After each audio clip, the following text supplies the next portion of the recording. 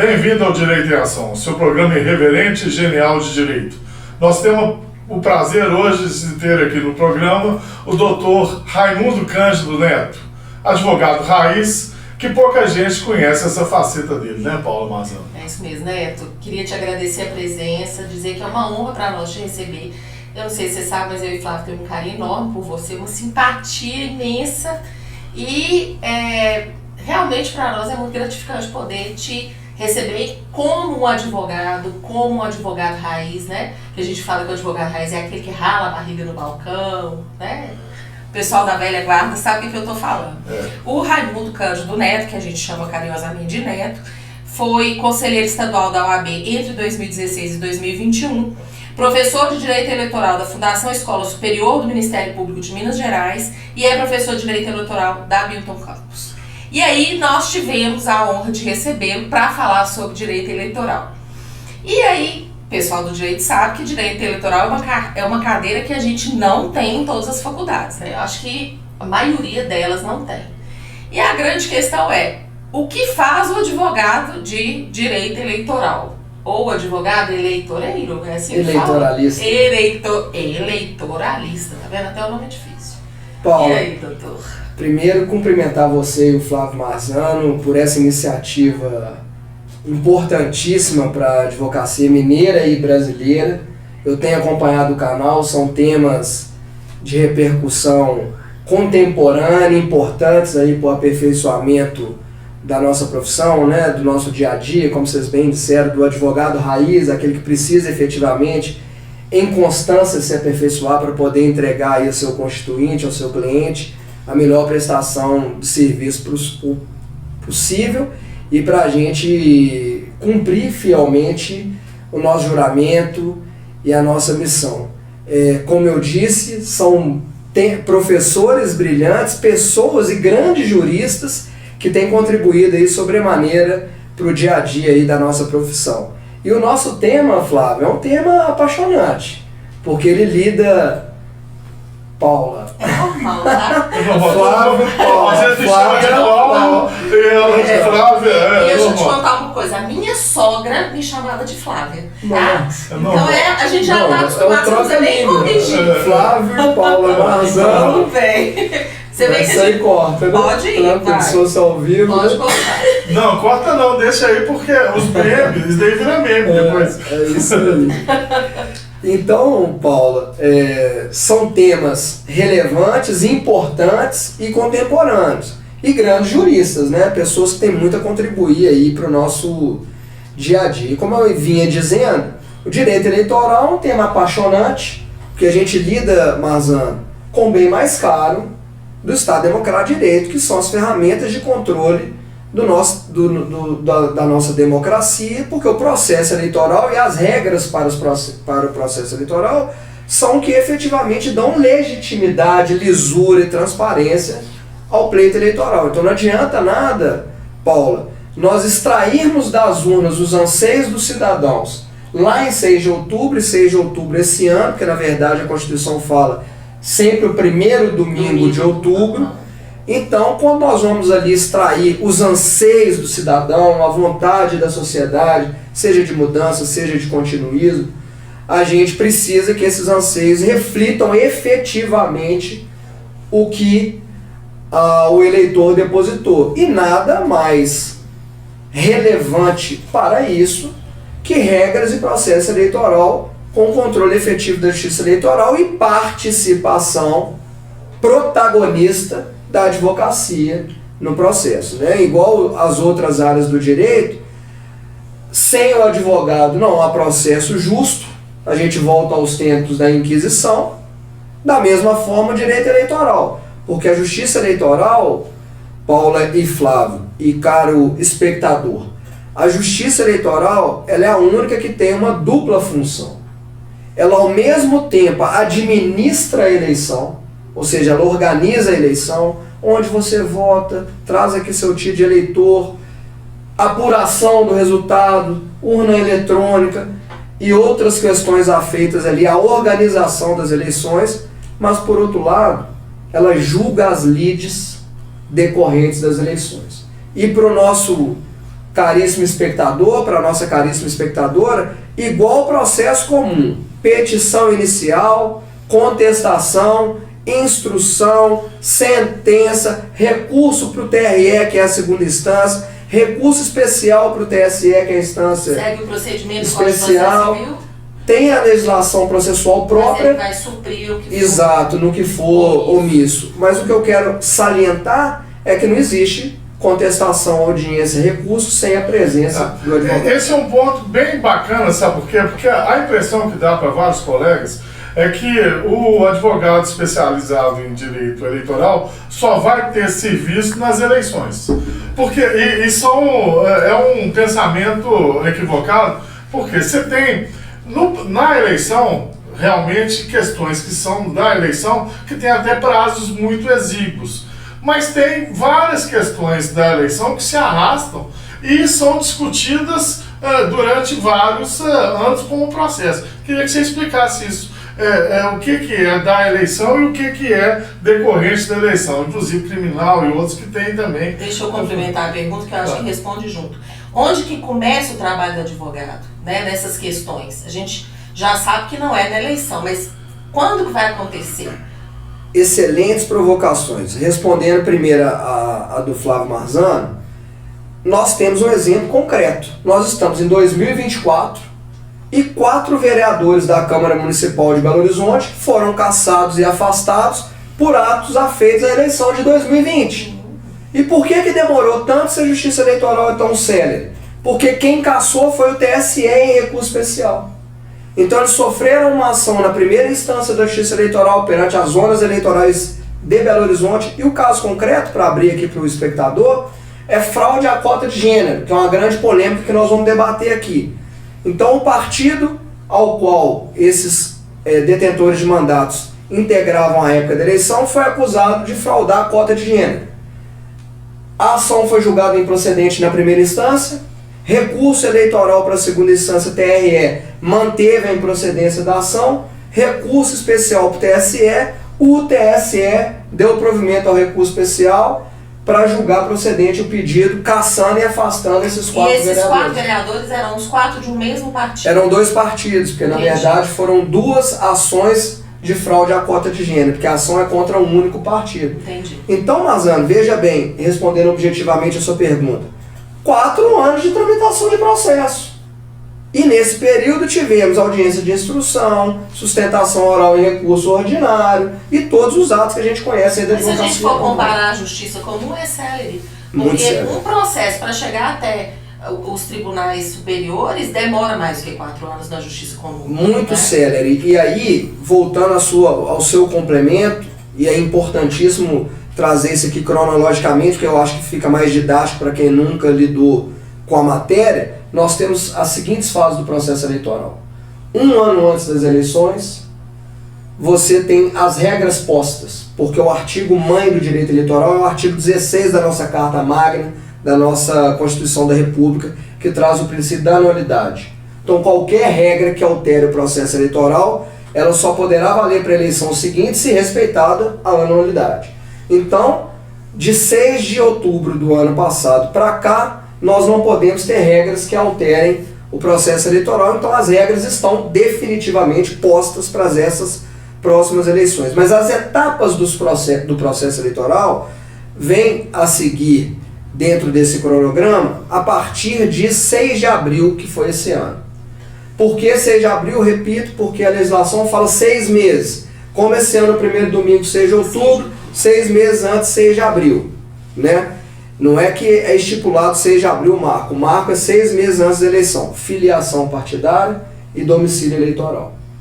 Porque são condições, Paula, de elegibilidade, ou seja, os requisitos para alguém se candidatar, para um cidadão se candidatar. A Constituição fala algo mais ou menos assim. Poderá ser candidato brasileiro nato ou naturalizado, desde que no gozo dos seus direitos políticos, preenchidas as condições de elegibilidade, sobre quem não incida causas de inelegibilidade, vírgula, desde que filiado a partido político, vírgula. Então, não existe no Brasil, no ordenamento constitucional vigente, a possibilidade de candidatura avulsa. E aí o que a lei ordinária fala? o sujeito deve estar afiliado 6 meses antes da eleição ao partido. E aí começa o trabalho do advogado.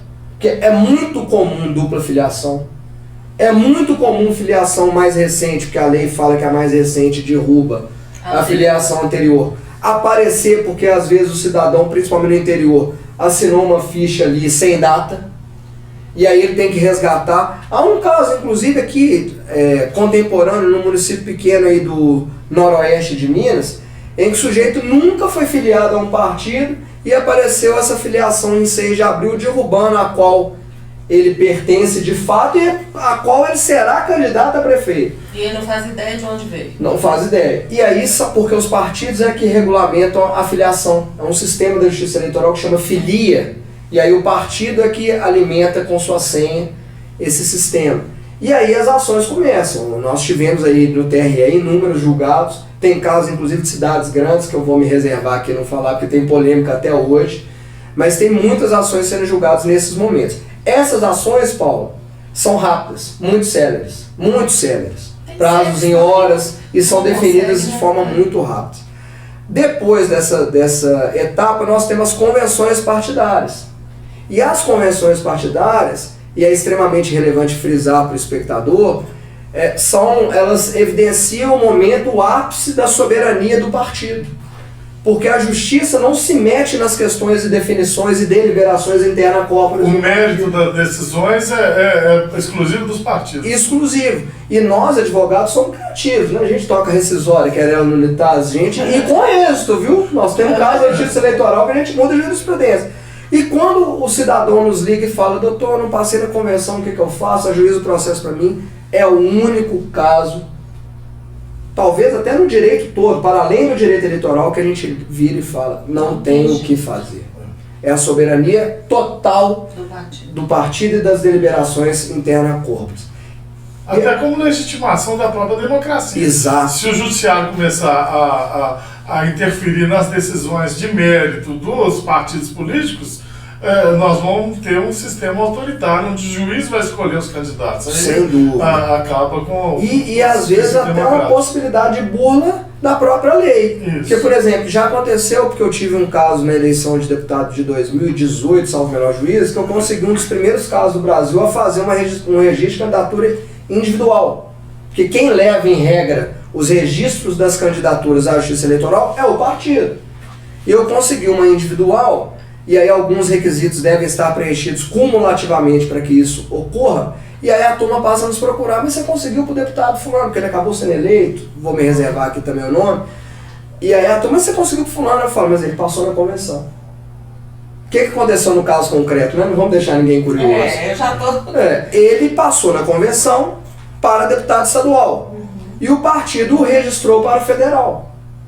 E ele procurou o partido e falou, não tem a menor chance de ser federal, minhas costuras ao longo desses 4 anos, eu tenho dobrada com candidato a federal, meus prefeitos já têm compromisso para federal, só me apoiarão para estadual, eu prefiro não disputar. E o partido falou, mas nós fizemos um cálculo, que nós vamos fazer 4 cadeiras. Se você ficar em estadual, você vai tirar o fulano que é detentor de mandato. Questão interna corpus, deliberação interna, é política. Aí eu consegui, porque aí eu desisti do registro que eles fizeram para federal, fiz o individual, o partido veio com contestação ao meu individual de mais de 60 páginas, dizendo da autonomia partidária, das deliberações inclusive políticas. Eu consegui deferir o registro dele no TRE por 5-1. O que aconteceu? O partido fez 4, ele teve 20 e poucos mil votos e foi o 4º. Ele realmente tirou... E ele foi pelo partido, né? Aí vai normalmente... partido. E aí foi ótima a sua intervenção, porque eu quero explicar também para o espectador o seguinte, nós dissemos que não existe candidatura avulsa. Então por que eu consegui esse fato, assim, às vezes, raro? Ele estava afiliado, dentro do prazo de 6 meses, ele passou na convenção, que é, como nós dissemos aqui, requisito indispensável, e mais do que isso. O partido tinha vagas para que ele pudesse participar. E mais do que isso, a cota de gênero, que a gente vai falar que é uma polêmica recente e contemporânea, a cota de gênero autorizava que o partido lançasse mais um homem. Porque senão o advogado poderia usar isso, a advogada, para burlar a própria lei. Fala, olha, ele passou na convenção e o partido não lançou o nome dele. Aí se o limite, e aí eu vou fazer um parêntese rápido, a legislação mudou e para essa eleição é uma novidade, hoje o limite que cada partido pode lançar na proporcional é o número de cadeiras mais um. Então a maioria das cidades brasileiras tem 9 vereadores, então cada partido lança 10. Então se o partido, nesse caso concreto que eu disse, já tivesse 10, o que eu consegui burlaria a lei, porque o partido iria com 11. Isso. Ou se o partido tivesse ali no limite do uso da cota de gênero, eu estarei colocando um homem a mais do que a lei permite. Então é um caso raro, porque é difícil você ter alguém filiado, aprovado em convenção, para colocar num partido que ainda tem a vaga a preencher que respeite a cota de gênero. Ou seja, preencheu todos os requisitos necessários que a lei determinava. Isso. Foi um erro, não vou falar que foi um erro do partido. Foi politicamente porque necessário. o negócio de chapa de partido também, o pessoal monta a chapa para eleger fulano, beltrano e ciclano. E quando vê um grande competidor que tem muitos votos e tal, às vezes o pessoal boicota. Eu queria que você explicasse para a gente, dentro desse sentido, assim, em linhas gerais, porque é uma confusão muito grande. Quando eu dava aula de direito constitucional, pegava essa parte constitucional e explicava que o sistema proporcional ele elege determinada corrente ideológica que em tese deveria ser representada pelo partido político. E o majoritário é a pessoa que é para o cargo. Muita gente não entende isso, mas a questão ideológica do que é proporcional e do que é majoritário tem um fundamento ideológico, democrático muito forte. Então eu queria que você explicasse isso, porque muita gente não consegue entender. Aí vem umas propostas que para o nosso sistema são completamente fora da realidade. Os caras querem importar um sistema que funciona bem em outro país, com outra ética, com outro sentimento nacional e tal, para nós, mas... Enfim, vou te conceder a palavra porque senão eu falo demais e eu respondo a minha pergunta. Marzano, eu não poderia esperar outra coisa de você. É o que eu tenho falado no estado todo, desde quando eu comecei a falar em direito eleitoral lá em 2014, 2015 e com mais repercussão em 2016, porque 2016 foi quando adveio ao ordenamento jurídico eleitoral uma grande e substancial reforma eleitoral que dentre mais de 100 modificações trouxe, por exemplo, o limite de gastos, a prestação de contas como processo judicial, ferramentas de controle de arrecadação e gastos, reduziu o prazo de campanha, proibição de direito de dinheiro de empresa. Ou seja, lá em 2016 foi quando houve uma grande mudança e basicamente são as regras que estão hoje com mudanças pontuais. O que eu sempre tenho dito? Nós que lidamos, Paulo, com direito eleitoral, não é incomum a gente chegar em casa e ouvir assim: ô Neto, por que fulano teve 1000 votos e não foi eleito e Beltrano teve 300 votos e foi eleito? E ninguém sabe explicar. Temos que acabar com o partido, temos que não sei o que. Essas propostas que o Marzano trouxe. E eu defendo, assim, com paixão, o sistema proporcional. E vou explicar por quê. A maioria, espectador, decide o executivo. O prefeito, o governador, o presidente da república. Então a maioria define quem vai comandar os rumos da cidade, do estado e do nosso país. Qual que é a função principal de um vereador, de um deputado, do poder legislativo? Fiscalizar o executivo. Nada mais perfeito do que, na teoria, de que você ter a minoria aproveitada onde se fiscaliza o executivo. Olha que sistema de freios e contrapesos. É genial. A maioria escolhe e a minoria participa da fiscalização. E como se faz isso no Brasil? Em tese, é claro que nós precisamos aprimorar e aperfeiçoar a representação partidária, como o Marzano trouxe aqui no início, por exemplo, correntes ideológicas e outras, e tem melhorado. Como que nós precisamos fazer? Aperfeiçoar, porque na teoria o sistema é esse. Olha que bonito para quem está assistindo aí da sua casa. O sistema proporcional nada mais é do que um partido, e no passado eram coligações, mas hoje em dia é importante que você, espectador, saiba que é o partido individualmente, lança uma chapa, seja para vereador, seja para deputado. E um único voto depositado nesse partido, nessa chapa, ou em algum candidato dessa chapa, vai aproveitar para que esse partido atinja o quociente eleitoral. E aí o mandato não é do mais votado, o mandato é do partido, que o exerce através dos seus mais votados. Então um voto vai poder cobrar desse representante se efetivamente ele está cumprindo com aqueles anseios, com aquelas promessas ideológicas que foram feitas.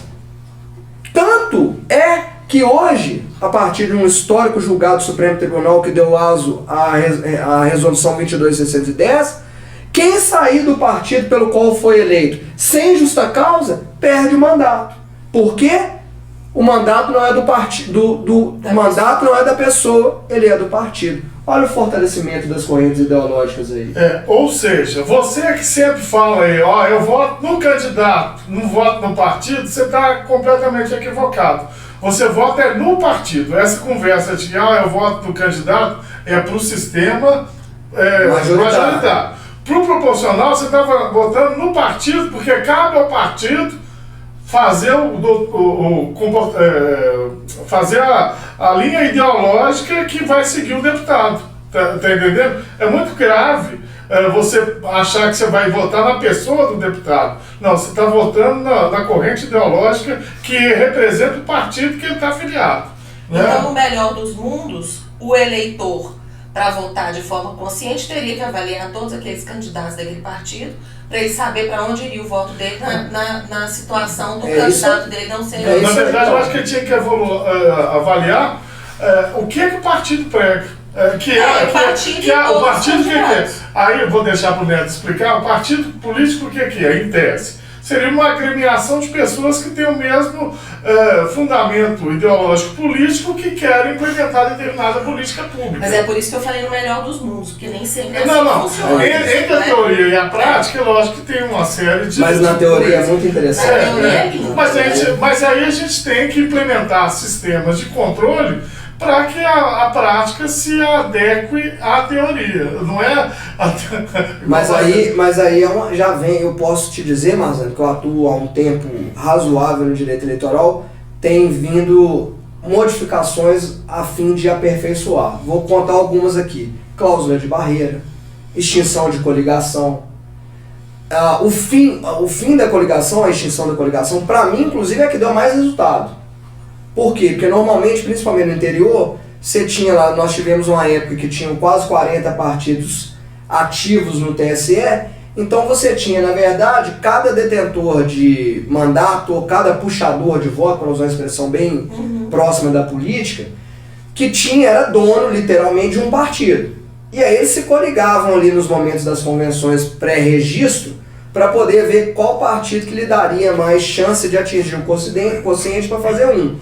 Com o fim das coligações para a eleição proporcional que foi em 2020, o que aconteceu? Os partidos hoje têm que aglomerar, para usar uma expressão da moda recente e triste do nosso país e do mundo, tem que aglomerar detentores de mandato e puxadores de voto na sua legenda, na sua agremiação, para poder fazer 2, 3, 4, 5 cadeiras e todo mundo ali sai vitorioso das urnas. E isso acaba, somados, claro, as modificações legislativas, acabam a fortalecer de fato as correntes ideológicas. Há uma diminuição visível do número de legendas e há uma concentração de políticos de boa votação, de expressão em mesmos partidos. A questão das cotas, que você até falou nos partidos, nas 4 vereadores que foram cassados.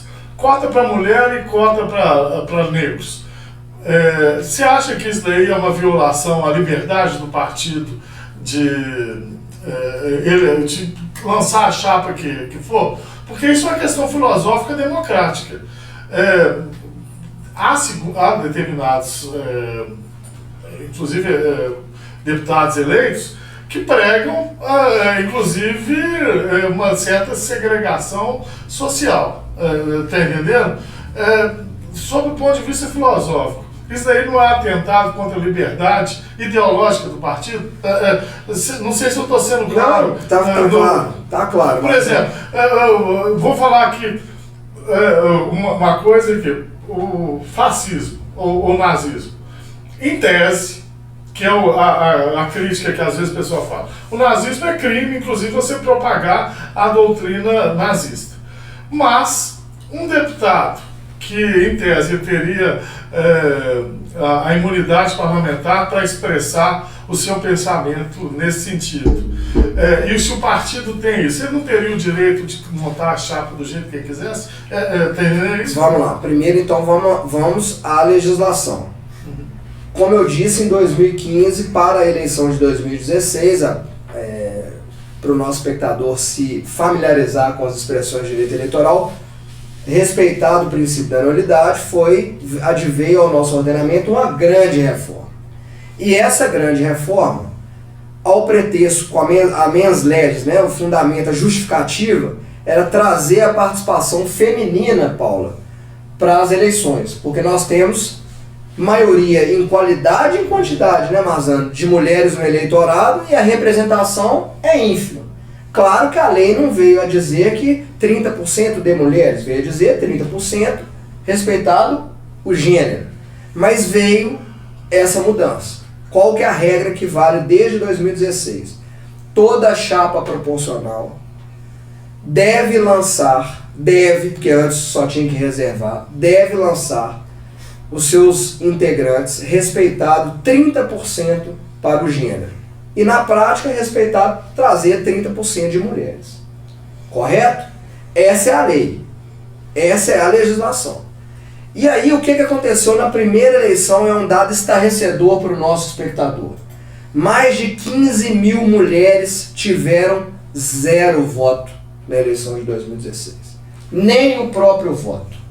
É estarrecedor mesmo. E aí, do ponto de vista jurídico, o Ministério Público passou a ajuizar ações, nós advogados íamos para a Justiça e ganhamos naquela eleição todas e pacificou isso até no TSE. Cada um trouxe, porque era uma novidade para cada um, o seu ponto de vista. O meu, que estava vitorioso também naquela época, era de que o registro de candidatura é um processo judicial que tinha transitado em julgado e que eu não poderia relativizar a coisa julgada depois, lá na frente, pela votação que não aconteceu, a expectativa que se tinha de que ia acontecer, de que não aconteceu.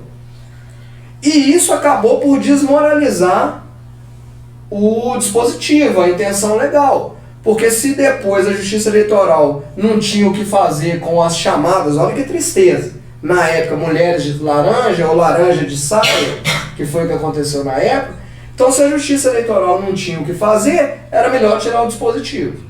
Aí veio a eleição de 2020. E aí o resultado é esse que eu anunciei aqui no início do nosso bate-papo. Foram estabelecidos parâmetros para a cassação daquele que for eleito em chapa que violou a cota de gênero. Olha que discussão jurídica. Isso aqui, Marzano e Paula, dá pra gente passar um dia, nós que gostamos do direito constitucional e tal, que é bem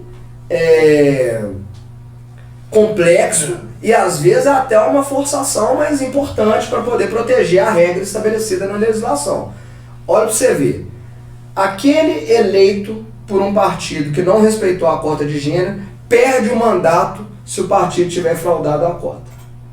Primeira coisa, primeira discussão, eu não tenho controle sobre quem foi candidato, eu não cometi nenhum ato ilícito, eu não cometi nenhuma irregularidade e perdi a cadeira que eu trabalhei, gastei sola de sapato, energia, saúde, dinheiro. Essa é uma. Outra delas, como eu disse aqui no início, e colou isso em 16 e não colou em 20, o processo de registro de candidatura, onde se afere ali as condições, ele é um processo judicial. Quando ele foi levado à Justiça Eleitoral, com contraditório, publicação de edital, sentença, possibilidade de recurso e outros, a cota de gênero estava observada. Então, na verdade, o que estão fazendo é dizer que uma votação irrisória gera presunção de fraude à cota de gênero.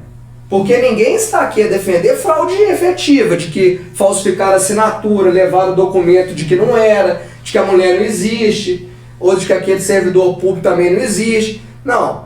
Há uma presunção de que, com uma votação irrisória, houve violação à cota de gênero. E aí você está atingindo, inclusive, o direito terceiro. Olha a complexidade dessas decisões. Mas o fato é que para essa eleição, e nosso espectador vai sair aqui com algo bem quente, bem moderno e bem contemporâneo, é que para essa eleição o TSE estabeleceu os seguintes parâmetros. Quem não fez campanha, mulher que não fez campanha, gera essa presunção e a chapa toda pode ser cassada. Nossa. E ter os votos atendidos. O que é não fazer campanha? É não ter campanha na rua efetiva, nem na internet, não prestar contas, ou não movimentar nada dentro das suas contas de campanha. É só constar na chapa sem movimento. Além da votação irrisória. Porque eu mesmo subi na tribuna várias vezes, falei, 4 votos é muito ou é pouco? Depende, né? Critério subjetivo. Totalmente. 4 votos é muito ou é pouco? Ah, é muito. É pouco. E 5? Ah, não, então nós vamos estabelecer 8. Tá bom, então 7 eu caço e 9 eu não caço? Então não é mais só esse critério. Isso às São vezes... alguns critérios. É votação irrisória, falta de fazer campanha e ausência de prestação de contas ou de movimentação financeira. Nem que seja alguma coisa estimável ali. Porque a gente pega muitos interiores que o coeficiente eleitoral da cidade é 300 votos.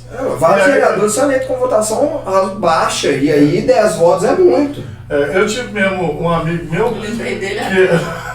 ele morreu, coitado. Ele foi candidato a vereador, tem que contar esse caso. Foi candidato a vereador lá em... uma cidade pequenininha. Uma cidade pequenininha. E acabou que ele teve 3 votos, porque ele foi preso no meio da eleição, porque ele estava distribuindo boné. Ele já morreu, ele ia gostar. Foi lá em Florestal. Ele chamava Cordeiro, ele fez o bonézinho com o cordeirinho. E ele estava distribuindo o boné. E aí ele foi preso. Aí eu enchi o saco dele que eu falava o seguinte, Cordeiro, na sua casa você, suas 2 filhas e sua mulher. Quem não votou no Você teve 3 votos.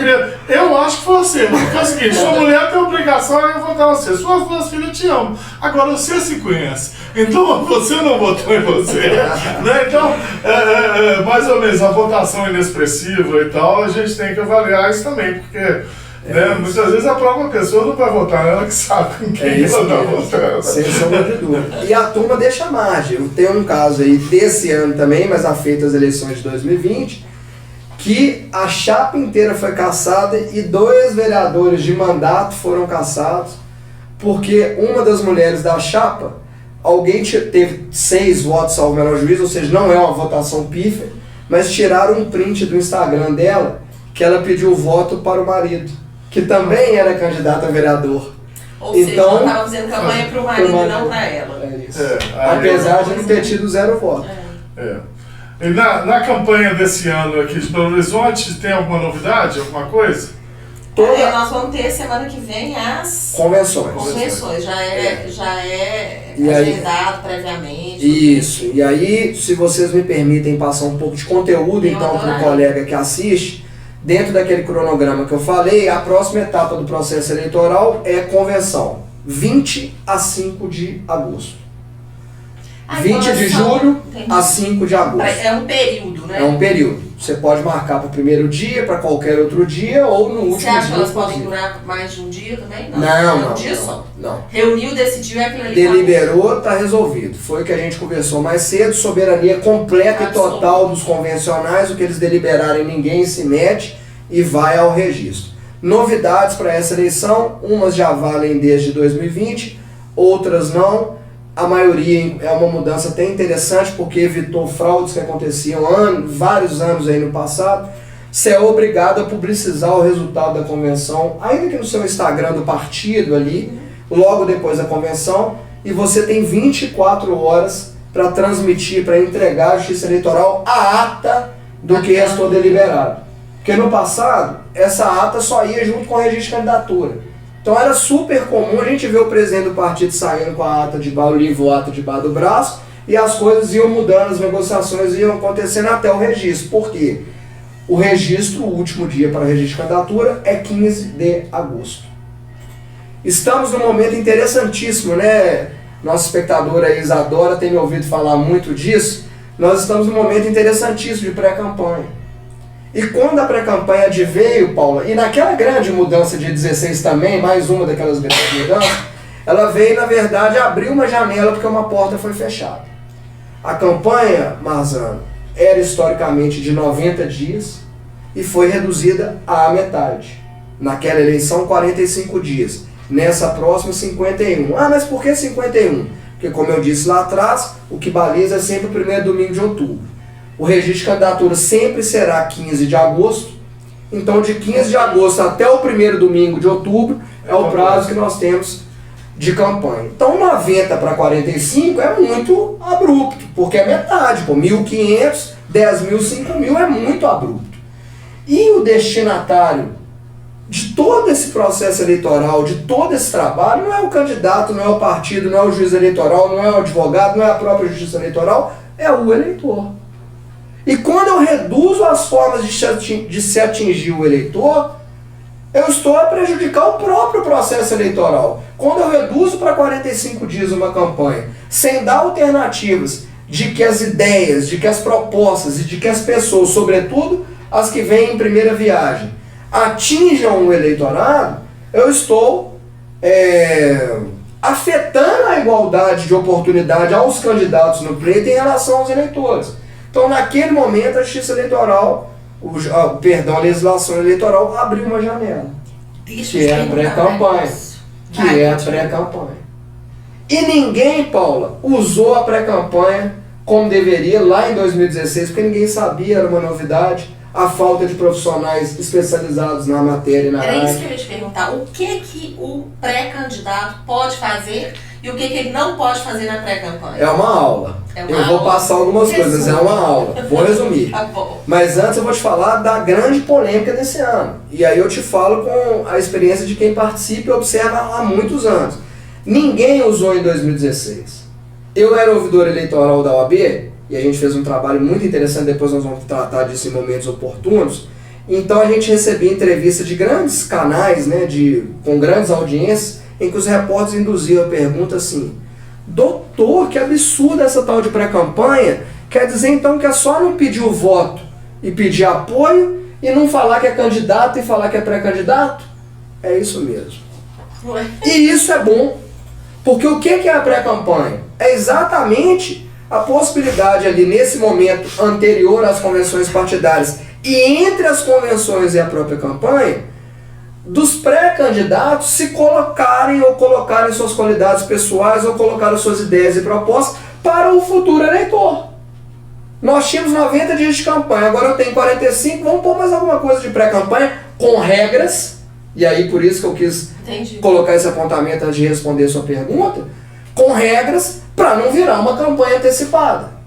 E algumas regras básicas são essas que hoje todo mundo já sabe, que nós estamos na terceira eleição municipais posteriores à vigência dessa mudança legislativa. Todo mundo já sabe que você não pode pedir voto, nem de forma expressa, nem de forma subliminar. Você não pode efetuar gastos vultosos, são gastos módicos e pontuais, vou explicar por quê. Você não pode produzir material gráfico. Você não pode praticar atos de campanha. Porque você também não é candidato. Você é pré-candidato. Não pode publicizar seus números, o que é lá na campanha.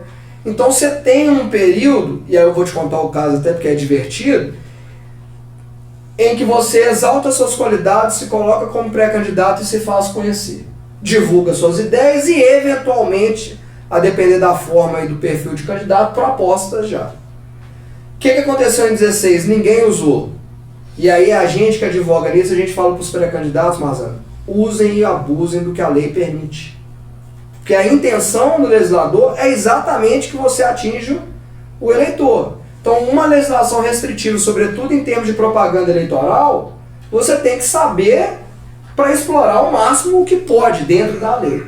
Mas voltando ao que eu estava dizendo, em 2020 a turma aprendeu a fazer pré-campanha. Porque a pré-campanha, tecnicamente, é aquela anterior à convenção e da convenção ao registro. E fez bem. O que você faz de errado na pré-campanha inviabiliza a sua candidatura? Sim, você pode receber punições que variam desde multa até um abuso de poder posterior que te gera até a cassação do seu registro, do seu diploma, do seu mandato. Mas cronologicamente, 20 a turma aprendeu e 24 desaprendeu? Virou uma coisa assim, que eu gosto particularmente, mas inexplicável. E vocês vão concordar comigo.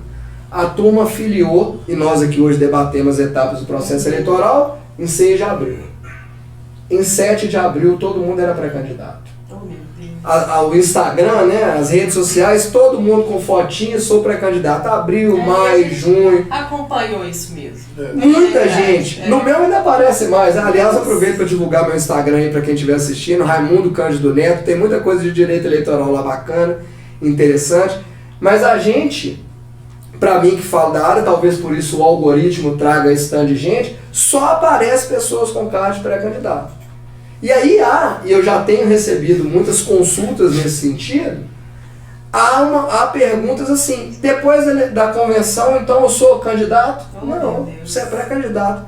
Então o que eu faço? Não, você vai gravar um vídeo e falar que você é pré-candidato. Doutor, mas eu fiz isso em 7 de abril, fiz em 10 de abril, fiz em maio. Eu falei, não, então você vai dizer o seguinte, eu sou oficialmente pré-candidato, porque eu estou saindo aqui da convenção do meu partido, que homologou o meu nome e vai levar o meu nome a registro de candidatura até o próximo dia 15 de agosto. Só depois da homologação no tribunal que você passa a ser candidato. A partir do dia 16 de agosto, você é candidato e pode fazer campanha. A Justiça Eleitoral tem até o dia 15 de agosto para receber o seu registro, mas ela automaticamente, independentemente de julgar o seu processo de candidatura, ela emite um CNPJ para a sua candidatura. Espectador, é isso mesmo. Você, pessoa física, Paula Marzano, passa a virar um CNPJ. Eleições 2024, prefeita Paula Marzano, CNPJ tal.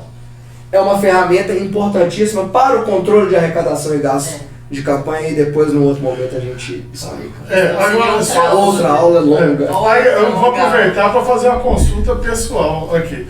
Porque, por exemplo, no canal aqui, depois do candidato, eu posso entrevistar o candidato que eu quiser? Perfeitamente. Ou é igual a televisão, você tem que dar oportunidade para todos os candidatos? Não, é importante. O seu canal tomou uma repercussão na proporção tamanho que é importante que, se você entrevistar um candidato, você também dê oportunidade permita, né, aos demais. Se ele vier ou não é outro problema. Quem vier, você vai, obviamente, colocar no ar. Esse ano também houve e há uma dúvida muito grande, era até 30 de junho, sobre apresentadores de canais. Porque os apresentadores de emissoras, eles têm que afastar, se forem candidatos, até 30 de junho, está na lei. E os apresentadores de canais? Analogicamente falando, mesma coisa. É uma discussão grande, porque há um entendimento de que a lei não restringiu canais, portais e outros. Então, se ela não restringiu, nós estamos a tratar de direito público, a gente não pode interpretar. Porque a lei não distingue, não cabe ao intérprete distinguir. Exatamente. É o caso que funciona desde... Ou seja, é assunto para advogado resolver. Com certeza, exatamente. E é interessante que porque o brasileiro não tem a cultura do advogado defender.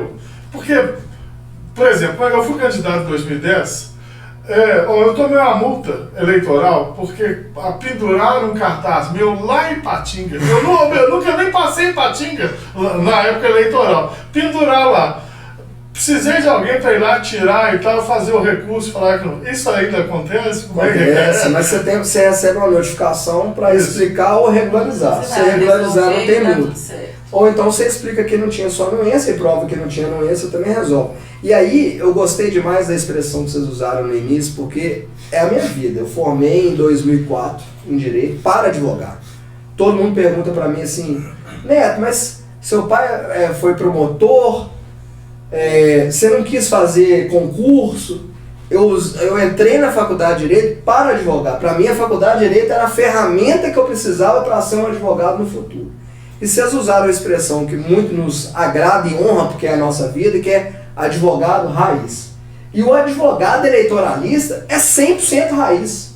Lá atrás, eu comecei muito novo, lá em 2004 já, o advogado eleitoralista, ele acompanhava muito o processo administrativo, né? Sorteio, o processo de registro era administrativo, tempo de televisão. E a partir da evolução do direito eleitoral, que nós temos acompanhado, é o advogado processualista de direito material, estrategista, raiz, com prazo em horas, trabalhando sábado e domingo e protocolizando petição no TRL domingo de manhã para almoçar com a família à tarde, sabedor que o prazo é em horas e publicado em mural, na época físico, hoje eletrônico, que segunda tem prazo com menos e é muito bom. Eu queria saber só um detalhe, que lá já tem a PROC, porque se não tiver... Não. Então, vem atrativo. Lá é PJ. Eu quero falar uma coisa que realmente é um negócio que me incomoda, que eu já ouvi mais de uma vez. E pelo que você falou, você já ouviu também. As pessoas acham que o advogado é o cara que não conseguiu passar no concurso. A gente tem que desmistificar isso. Quantas e quantas vezes eu já vi as pessoas falando, né, desmerecendo nós advogados enquanto profissão e enaltecendo as profissões que também para mim tem todo valor, né, de juiz, de promotor, de procurador, como se nós fôssemos as pessoas que não deram conta. Isso me incomoda profundamente, porque o advogado, para mim, é o cara de vocação. É o cara que quer defender as pessoas. Que me desculpem. Você não pode entrar nessa discussão, não, doutor procurador. Não, eu sou procurador, mas sou da AGU, eu sou advogado público. Tá entendendo? Eu sempre falei que advogado é que faz acontecer, Paulo. Juiz decide, mas ele espera chegar no colo dele. Promotor dá parecer, palpita, né? E advogado que faz acontecer, quem dá a solução para o cliente é o advogado. Quem se vira, ô doutor, eles vão caçar minha candidatura, então vão me dar uma multa, o que eu faço? Quem resolve a questão é o advogado. Infelizmente, na escola, com toda a pouca circunstância, o pessoal fala, o juiz que é o bambambam, promotor que é o bambambam, são carreiras bacanas. Mas o cara tem que ver a vocação, tá entendendo? Eu falo, porque tem muito cara que vai para ser juiz por causa de salário. Não vá ser advogado, porque advogado. O bom advogado é bem remunerado. Mas é isso que eu tô falando. Então, o cara, eu sempre falei, o cara que é chato na escola vai ser promotor. O cara que é mais tranquilo vai ser juiz. E o cara que briga, que tem compaixão, que se solidariza com o cliente, que sente a dor do cliente mesmo, que não liga de ir lá pedir com o pires na mão, vai ser advogado porque vai se dar bem. É compaixão, não é isso, né? São duas colocações muito importantes. A sua, Marcelo, vocação, e a da Paula, importantíssima. Nós precisamos resgatar a importância do advogado para a sociedade. Infelizmente, o que nós temos visto recentemente e hoje em dia é um desrespeito, uma mitigação e uma desvalorização da profissão. E a gente sabe exatamente por que isso está acontecendo. É falta de prioridade. A prioridade, infelizmente, hoje não é para defender a advocacia, e aí para usar o termo que vocês trouxeram, muito adequado, a advocacia raiz, a advocacia de balcão, a advocacia que recorre. Hoje a preocupação, sobretudo aqui em Minas Gerais, da atual gestão que representa nós, advogados, institucionalmente é claro, é absolutamente distante da realidade do advogado e do que o advogado precisa. E se nós, Paula, aproveitando a sua deixa, se nós não resgatarmos o respeito da sociedade em relação à nossa profissão, nós vamos ter esses casos que têm ocorrido, infelizmente, de violência contra o advogado no exercício da profissão. Nós vamos ter desrespeito de clientes em relação ao seu profissional. Nós vamos ter violações às nossas prerrogativas profissionais e desrespeito de autoridades em relação à nossa profissão. E a culpa é de quem? A culpa é de uma instituição, sobretudo aqui em Minas Gerais, nesse momento específico, que prioriza inúmeras outras coisas, menos o exercício do dia a dia da nossa profissão. Engraçado, você falou uma coisa, Neto, que eu, hoje num outro programa eu falei, a OAB virou uma instituição de contenção do advogado, e não de promoção do advogado. De contenção em qual sentido?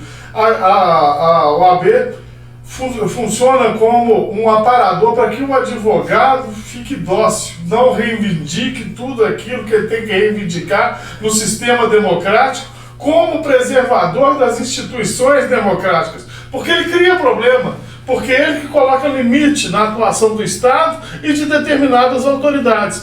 Então, ao invés de da instituição OAB promover o advogado para que faça esse controle que está determinado na Constituição, que nos torna indispensáveis à administração da justiça, como legitimadores do sistema jurídico.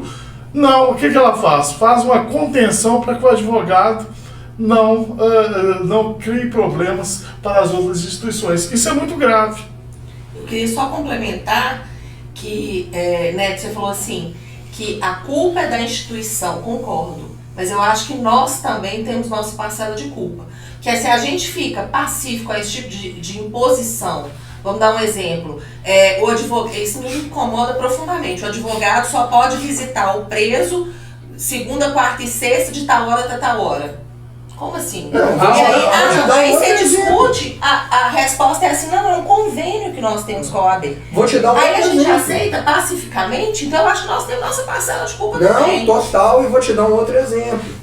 A migração do sistema PJE para o EPROC na Justiça Comum vai impactar milhares e milhares de colegas em todo o estado de Minas Gerais e a gente não viu a OAB ser consultada pelo Tribunal de Justiça acerca dessa migração. Pois é, e eu te Eles falo só mais. foram comunicados, Isso. mas como eu disse, esse é um assunto para uma outra oportunidade, porque nós não vamos aceitar isso mais passivamente, Tem não. gente aceitar isso não. E te falo mais, quando implantou o PJE e tornou uma coisa obrigatória, muitos colegas nossos mais velhos, que não tinham facilidade na lida com a internet, com os sistemas mais avançados, deixaram de advogar por causa Foram disso. excluídos. Eu lembro de um professor que eu tinha, que foi meu colega no Núcleo de Prática Jurídica do Promove, uma pessoa maravilhosa. Ele parou de advogar porque ele não dava conta de peticionar no computador.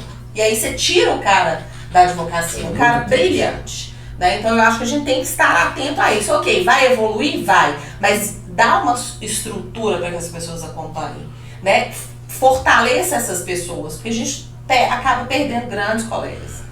Eu queria pedir você para curtir a página do Direito em Ação. Os contatos do Raimundo Cândido Neto, o entrevistado hoje, estão aí no rodapé do programa, da página, sei lá, como é que chama aí, depois você me fala. Então aí, vocês podem entrar em contato direto. Advogado Raiz, nós estamos muito felizes de estar aqui.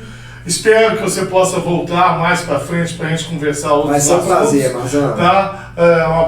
Foi maravilhoso, um conteúdo muito bom, mostra o grande advogado, aguerrido e raiz. Eu tenho orgulho de falar dos advogados raiz mesmo, porque tem perfil diferente, tá? Muito obrigado. É isso aí. Neto, obrigada. Você está me devendo 2 aulas então, tá? Que hoje ficaram 2 aulas para serem dadas. Verdade. Obrigada por ter vindo, foi um prazer te receber. Volte sempre. Foi uma alegria muito grande, vocês estão de parabéns, viu? Esse canal é um sucesso e que vai ajudar muito a advocacia mineira e brasileira. Muito obrigado e sempre que precisar nós estaremos aí. Obrigado.